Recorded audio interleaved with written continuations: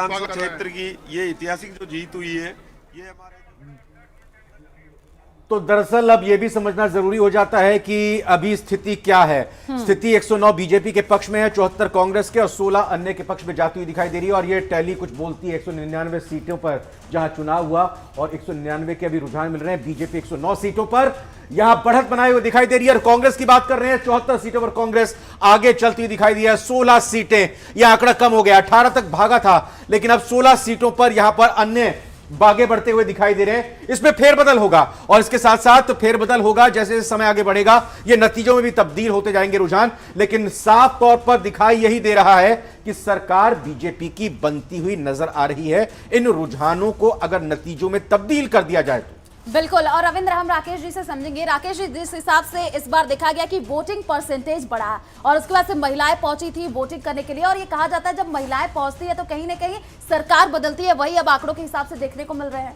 बिल्कुल ऐसा ही हुआ है। और देखो, आगाज बहुत अच्छा हुआ बीजेपी के लिए, तो मुझे लग रहा है अंजाम उससे भी बेहतर होगा।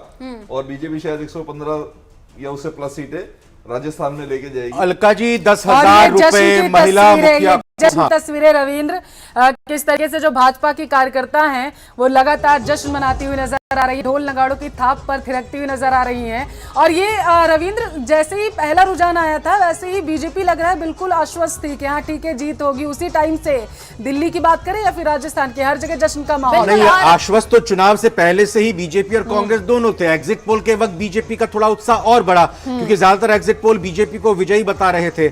और अब चूंकि रुझान आने शुरू हुए, रुझान जब तेजी से आंकड़ों के जरिए बीजेपी के पक्ष में जाते हुए दिखाई दिए तो बीजेपी के कार्यकर्ताओं की संख्या भी यहां पर बढ़ गई। जिस कारण से बाबूलाल नागर, जो कि कांग्रेस के यहां पर बड़ा चेहरा जो रहे हैं, लेकिन उनको हार का सामना करना पड़ा, क्या वजह मानते हैं आप?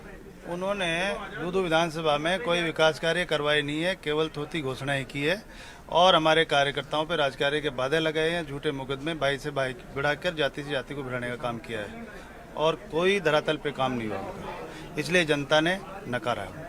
आज इस बड़ी जीत को आप किस तरह से मानते हैं? क्या दूदू की मुझे जनता ने बहुत ज़्यादा, मैं आभार व्यक्त करता हूँ जनता का कि उन्होंने मुझे बहुत आशीर्वाद दिया है। और पहले भी मैं जो 13 से 18 रहा तो वो कार्यकाल उनको याद आया, जबकि इनका कार्यकाल जो है इसमें हमारे सब दूदू विधानसभा की जनता बहुत परेशान हुई है और बहुत उन पे अत्याचार हुआ है। ये जिला बना दिया बाबूलाल जी ने, फिर भी लोगों ने उनको वोट नहीं दिया। नहीं, जिला बनाया लेकिन जिला छोटा बनाया ना, तो छोटा जिला बनाने से हम खुश थोड़ी हैं उसमें। तो आप जिले को तो बरकरार रखवाएंगे आप और उसको विकास? हम तो बरकरार रखेंगे, हम तो स्वागत करते हैं जिला का, जोड़ेंगे। अच्छा, दूसरा की जो मुद्दे आपके चुनाव में रहे हैं वो कैसे पूरे